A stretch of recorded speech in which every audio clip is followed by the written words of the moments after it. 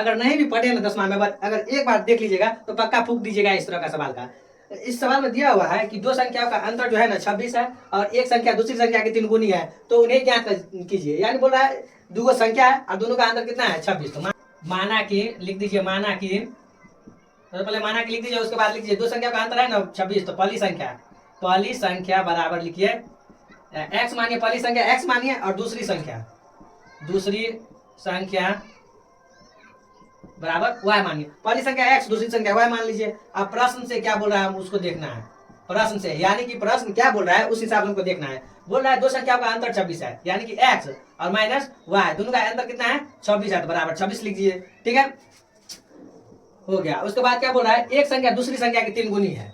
एक संख्या क्या है, एक संख्या यानी क्या माने, पहली संख्या x जो है दूसरी संख्या की 3 गुनी है, यानी कि 3 गुने y, यानी x इक्वल टू दिया हुआ है 3y। ठीक है, अब x इक्वल टू दिया हुआ है 3y, यहाँ पर अगर मान रख देंगे x का तो पक्का ही बन जाएगा। देखिए लिख देना है x का मान समीकरण फर्स्ट में रखने पर, x का मान क्या करता है समीकरण फर्स्ट में रख देते हैं। अब समीकरण फर्स्ट में दिया हुआ है x minus y equal to 26। अब x की जगह पे क्या रखना है 3y, यानी 3y minus y equal to 26। 3y में से y को घटाएंगे कितना हो जाएगा 2y बराबर 26। y इक्वल टू कितना हो जाएगा 26 बटा 2, काटिए, y इक्वल टू क्या आ गया 13।